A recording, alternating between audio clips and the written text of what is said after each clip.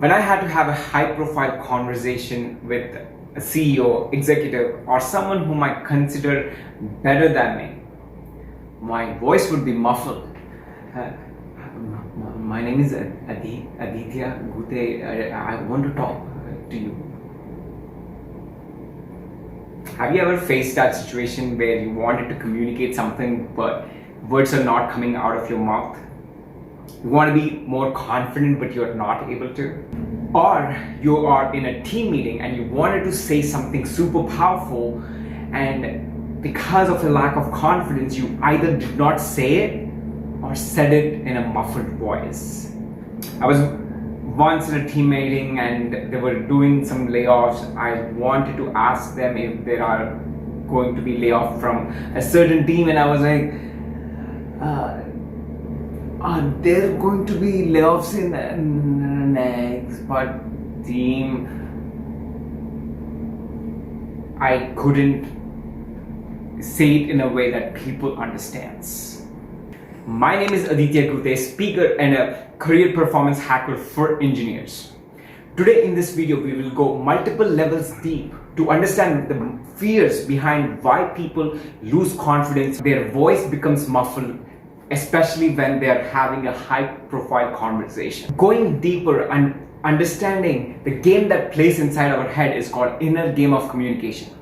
With inner game of communication, as you go deeper and understand the root cause, you will be able to experience an inner transformation that helps you become confident. The primary reason why people are not confident when they say things, because of which they're either don't say what they want to say, or their voice becomes muffled and the other person can't fully hear what they are saying, is because of lack of confidence. So in order to overcome that, say things as if it is the universal truth. It doesn't matter what the other person thinks or feels about you. You are just saying what is truth to you. This is a technique you can use to speak more confidently and not being afraid of the reaction and response from others, because you never know how the other person will react or respond at any time. If this strategy works for you, great. Put it in action and you can skip the rest of the video.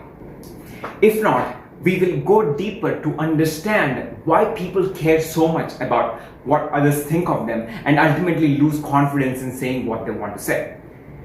Going deeper and understanding the root cause helps you experience an inner transformation that creates lasting results. The second level reason why people are afraid to ask something that they want to ask, or ask it with a muffled voice, is because they're afraid they're saying the wrong thing. So here is exactly what happens. Some thought comes to their mind as they're having this conversation. They want to ask, but suddenly a second thought comes to their mind saying that, no, don't ask because people are going to judge. And so you stop yourself. This is the primary reason why people also stop asking questions, saying things that they want to say. The reason why that happens is because all our life we've been told what is right way of saying things, what is the wrong way of saying things. We've also been told that we need to frame our thoughts before we say something so that it is more effective. We believe that. And as long as we believe in that, it might serve us in a few occasions, right? When you're doing a speech, when you're having a high caliber conversation, that might serve you in the beginning of your life or career, but in the long term it can cause more detriment to you, because you're always thinking about what you want to say and you're not saying it, or you are overthinking things and you're not able to be authentic because you're trying to put your words in a way that someone else likes to hear, and that will not work very smoothly, and you cannot experience your highest level of potential if you continue to do that. So the way to overcome these secondary thoughts that block our original thoughts that we want to say is by realizing that there is no mistake to be made. That any thought that you have, it has absolutely nothing wrong with it. People might perceive it differently. What do I mean by that? When I first moved to America, I wanted to play badminton, so I went to a store and asked them, "Hello, I want to buy a cork. Can I buy it?" And they're like, started exploding in laughter. Some of them gave me some very embarrassing looks. I felt embarrassed. I'm just asking for a cork. Well, in India, we call birdie a cock, as cock. That's how I always grew up learning. But that is not a really good word in America, of course. But I didn't know better. That's what I was used to saying back in India. So is that a mistake? Absolutely not. I said what I wanted to say based on what I know. I didn't know better. And if you think about it, everything in life that we criticize about someone, they did the best they can based on what they believed in, what they know. That is a fundamental principle that can change your life, because you start being comfortable with who you are, because you know that whatever the thoughts that are coming to your mind, none of it is a wrong thought. Anything, there is no mistake you can make by saying what you want to say. Well, people might not like it, that's a different thing, but that has nothing to do with you. In summary, the second level reason why people don't say what they want to say is because they want to frame their thoughts. In other words, they are blocking their own thoughts because they're introspecting whether the thought is the right thought or the wrong thought and how it will be perceived. There's so much thinking that's going on in their head. The way to overcome it is by realizing that there is no mistake to be made, that any thought is the right thought, because based on what you believed in, you would have done nothing else differently. If the second level reason and strategy makes sense to you, I would suggest that you go ahead and implement this strategy in your life and skip the rest of the video. If not, we will go deeper to understand why people block their own thoughts. Going deeper and understanding the deeper root cause helps you experience an inner transformation which creates you longer lasting results. The deeper level reason why we have such thoughts that we are saying the wrong thing is because of these inner critics that we have in our mind that continuously keep telling us, "You're wrong. Don't do that. That's a wrong thing to say. Your voice is so bad. No one is going to listen to you. You don't matter. Your voice doesn't matter. People don't care for you. You can speak good English. People will never understand you. You will always offend someone." These are all the inner voices, inner critics that we have about ourselves. Each one of us has different kinds of inner critics. For example, I had a lot of trouble flirting with women when I was in the dating period of my life. And the voice that is inside of my head said, "You're disrespecting women if you flirt, so they're not going to like you."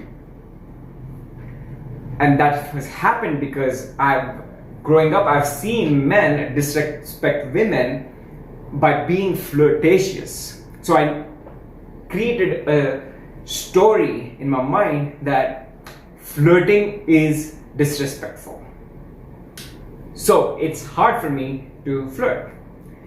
And similarly, I have also been told that I was ugly, that I'm a stutterer, because of which every time I speak, I was afraid no one wants to look at me. I was afraid people don't find me interesting, engaging to speak with because I stutter a lot.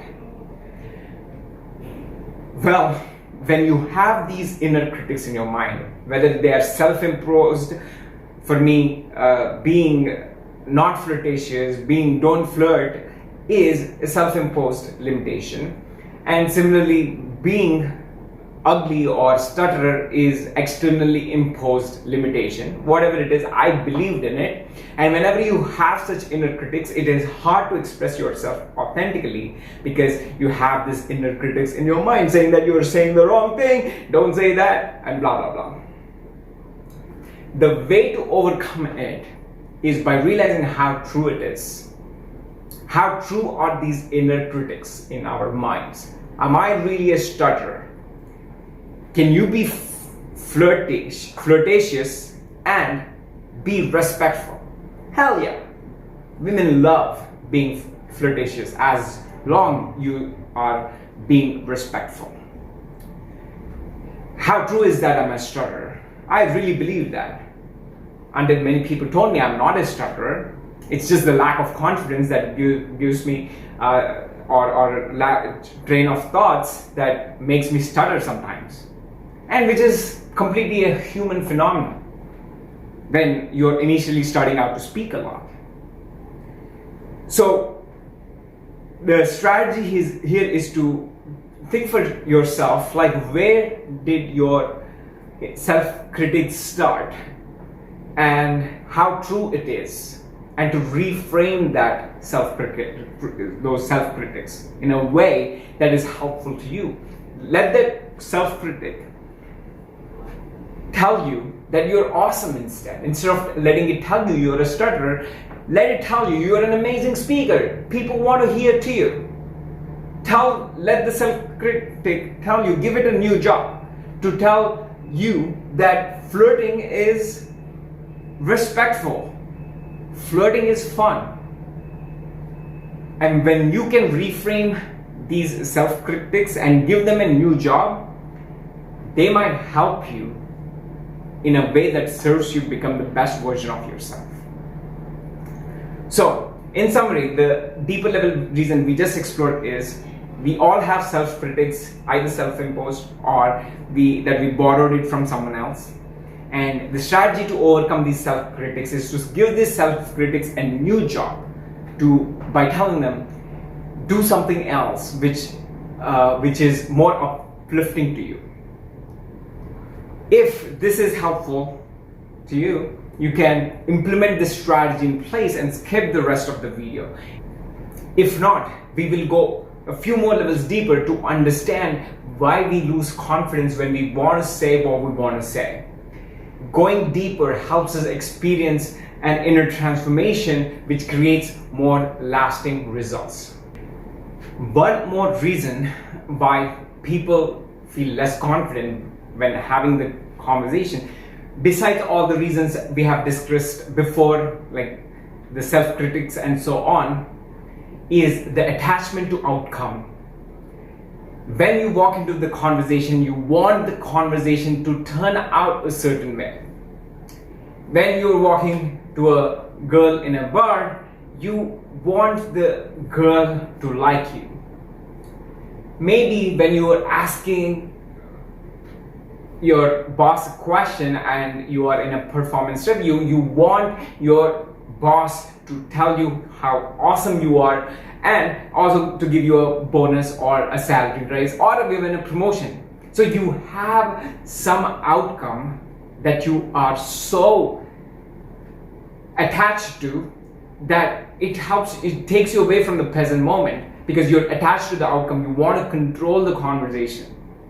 You want it to go a certain way. And when it doesn't go the certain way, you lose confidence. Your voice starts getting muffled and you were not able to speak out the words that you really wanted to speak out. So that's another reason why people lose confidence when they speak. The way to overcome this confidence is to be bold in saying what you want to say without any expectation. You still want to carry that level of energy that with you about the conversation, that it's going to be a productive, amazing conversation, but you don't it is not going to crush you or take you apart when the conversation doesn't go exactly the way you want to go. Maybe the other person doesn't like you. Maybe you won't get the bonus that you were looking for or a promotion that you were looking for. But because you're not attached to the outcome, that you don't believe that your life is dependent on that conversation. So when you are not attached to the outcome, you do your best and do everything you can to achieve the desired outcome. But if it doesn't happen, you let go, because you know it is not the end of your life. If that strategy worked out for you, great.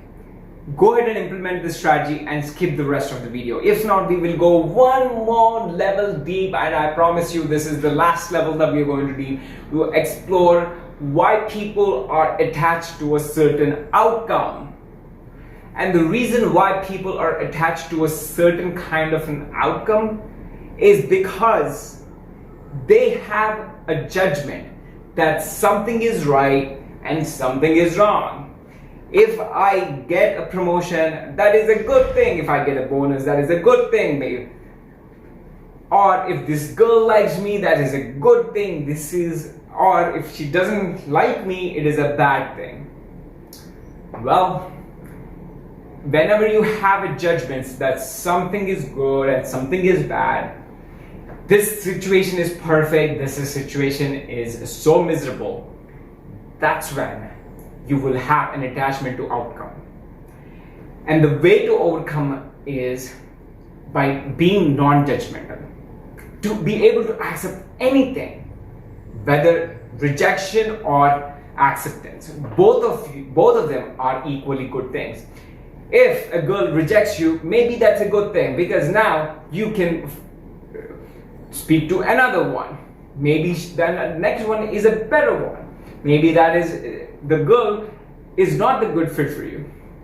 If you're not getting that bonus or a promotion or the salary raise, maybe that's a good thing, because now it's time to explore, is that a company that you really want to stay? Is a lack of bonus or appreciation telling you something that you have to find someone else who will actually appreciate your efforts? Maybe that's a good thing that you did not get a bonus raise. And so when you have no judgment and you see opportunities in every outcome, that's when you can be unattached to outcome, and you can speak from a place of confidence, no matter how high the stakes of the conversation are, no matter how high profile the conversation is, no matter who the person you're speaking to, whether it is just another colleague or an executive or a CEO, it doesn't matter, or the President of America.